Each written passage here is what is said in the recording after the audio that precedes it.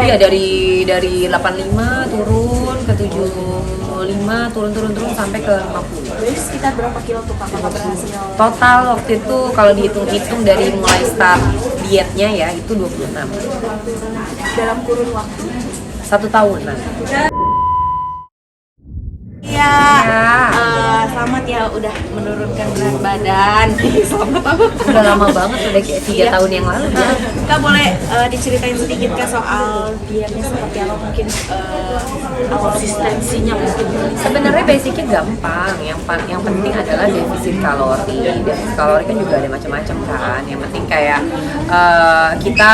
kita benar-benar ngelihat aja in and out makanan kita seperti apa. Mau olahraganya yang dikencengin atau mau makannya yang dikurangin sesuai dengan kebutuhan masing-masing. Ini tuh awal mulanya diet tuh dari tahun berapa Kak? Terus Udah lama ya diet itu kayak tahun 2019 ya kalau nggak salah aku diet ya. Udah kayak lama ya, udah ini dari setelah selesai diet tuh udah kayak 3 tahun aja udah cukup steady gitu, udah tinggal kayak ngejaga aja. Waktu itu turunin berat badan karena kan abis lahiran anak kedua. Setelah lahiran anak kedua berat badan terus tuh naik dan udah mulai obesitas tingkat 2. Terus udah gitu udah masuk asam urat, udah masuk kolesterol. Jadi memang dokter menyarankan untuk diet gitu dari segala macam makanan-makanan yang memang harus aku jauhin gitu ya. Udah akhirnya karena memang simpenannya di badan aku banyak banget, jadi kita defisit kalori. sampai berapa kilo Kak kalau boleh tahu? Waktu itu sampai 50 berapa ya? 50-an, 50. Turunnya? Iya, dari 85 turun ke 75, turun sampai ke 50. Jadi sekitar berapa kilo tuh Kak kakak berhasil? Total waktu itu kalau dihitung-hitung dari mulai start dietnya ya itu 26. Dalam kurun waktu? 1 tahunan.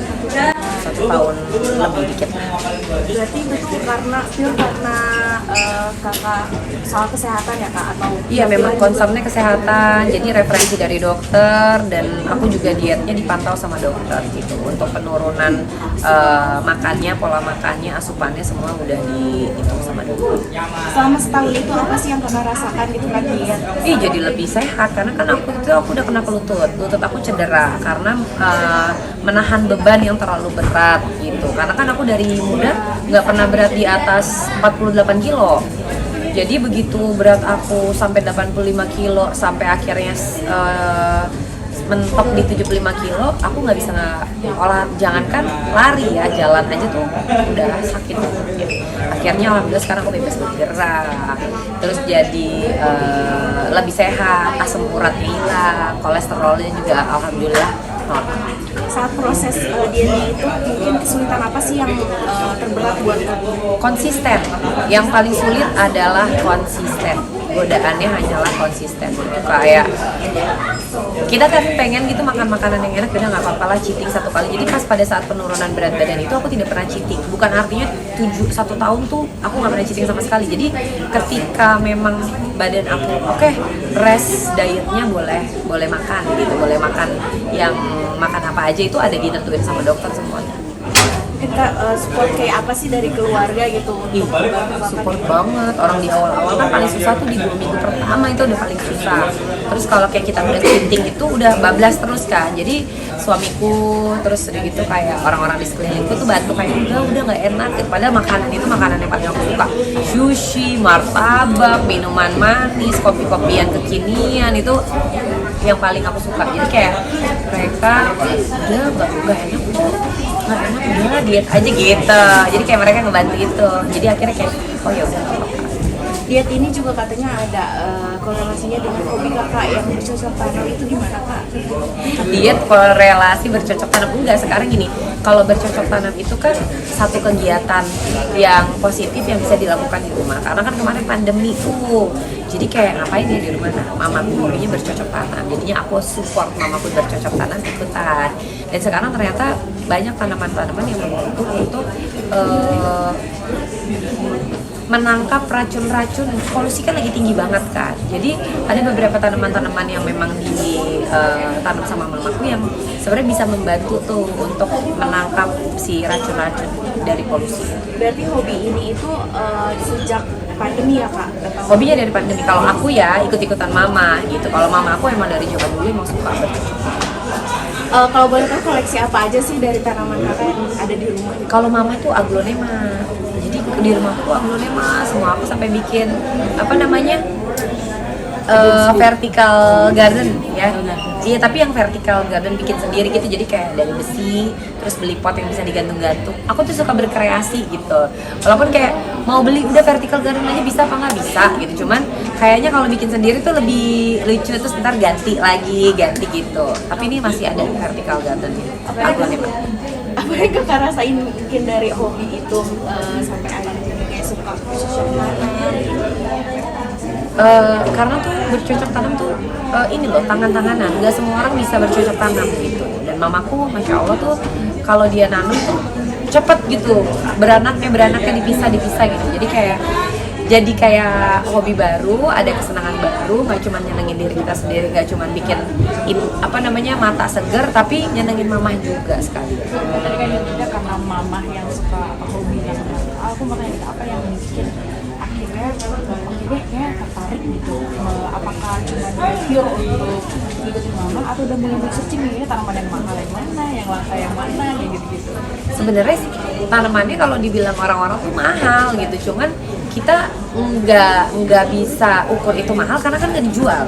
Jadi kayak percuma juga tanaman mahal tapi bukan untuk dijual-jual gitu. Aku lebih nyenengin mama sih karena mama kan udah 67 tahun sekarang gitu. Jadi kalau dia bercocok tanam itu berarti itu olahraganya dia. Terus dia happy karena kan kalau udah nenek-nenek gitu nggak keluar-keluar lagi kan. Kita ajakin ke mall pasti dia capek.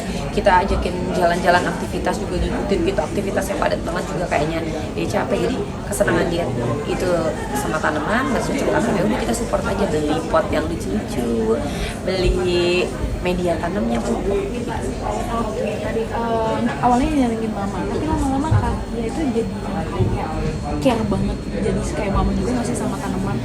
Palingan bersih-bersih aja sama nyiramnya gitu, sama kadang-kadang kalau misalkan udah mulai kan aglonema tuh kayak nggak boleh kena sinar matahari langsung, air juga nggak boleh kebanyakan ya. Kadang-kadang ada waktunya mereka mesti diulang lagi tuh si pupuknya itu mesti dibuka lagi, yang kayak gitu aja sih. Palingan bolak-balik ngerjain itu jadinya jadi suka juga. Kakak ini tetap kayaknya udah banyak nih tanaman-tanaman. Jual. Yes. Usaha Jadi bisnis. Waktu itu udah kebanyakan memang. Sampai kayak mau bingung nih mau ditaruh di mana. Kita juga kalau kebanyakan nggak bagus DBD kan. Gitu. Sementara mama aku bilang mah mau nggak dijual, tapi nggak boleh sama aku. Jadi dipindah, jadi udah bisa bikin 3 rumah. Dari rumah aku ke rumah adik aku, sama 1 rumah lagi buat naruh-naruh. ditaruh di kosan juga nggak? Apa? Ditaruh di kosan juga. Di kosan iya, sama kan mama mertua juga minta. Cuman kalau mama mertua kalau kosan itu kan itu benar-benar di tengah kota banget. Kalau aku kan masih daerah Tangerang Selatan gitu. Kalau di tengah kota banget dan dia nggak terlalu banyak lahannya, jadi kayak nggak terlalu bisa hidup. Jadi gua ke kosan. Buat sebagian orang berarti kan dengan perawatan yang kayak gitu bisa disebut ribet ya. Yang gimana kakak pernah ngerasain nggak keribetan itu? Iya lumayan kalau dibilang ribet juga ya, karena kan mama aku nggak setiap hari bisa ngontrol tanaman, harus dibantu juga ya, tapi nggak apa-apa lah, yang penting nyenengin orang tua. Pernah nggak sih karena kebanyakan nih terus nggak ngeh, tahunya tanamannya hilang, kemalingan dan sebagainya. Enggak, si mama aku mah ini hafal, hilang satu dia tahu, hilang satu dia tahu, benar-benar udah tahu peletakannya semua, dia hilang satu dia tahu. Katanya apakah tertarik kayak masih ada tanaman yang kurang nih, udah nyari-nyari biar koleksi banyak. Mungkin request dari mama. Lumayan banyak ya aku ya, ada tanaman, ada binatang, ya ada kucing, ada apa. Kayaknya kalau untuk nambah lagi, kalau aku pribadi sih enggak sih. Kalau aku tuh lebih kayak buat estetik aja gitu. Cuma benar-benar buat nyenengin mama aja. Kalau mama mau nambah lagi ya iya. Cuman kan kalau orang tua gitu, kalau ada tanaman baru dia nggak gampang terkecoh dengan tanaman baru. Dia lebih suka tanaman-tanaman yang memang dia suka. Itu kadang-kadang kita kalau jalan-jalan ke Bogor, ke Puncak, itu pulang di belakang tanaman. Pas lagi lewat kebun orang ya kan gitu, ada ini liar gitu. Itu tanaman bagus tuh, nanti ambil satu gitu. Kalau bisa minta sama orang minta. Spill sedikit dong kak, perawatan budgetnya berapa? Enggak banyak kok, yang tanaman biasa kok. Enggak mahal kok beli pupuk gitu-gitu. Tapi kakak kayak membudgetkan khusus gak untuk tanaman? Enggak, udah senengin mama aja lah. Kita apa yang bisa disenengin ya senengin.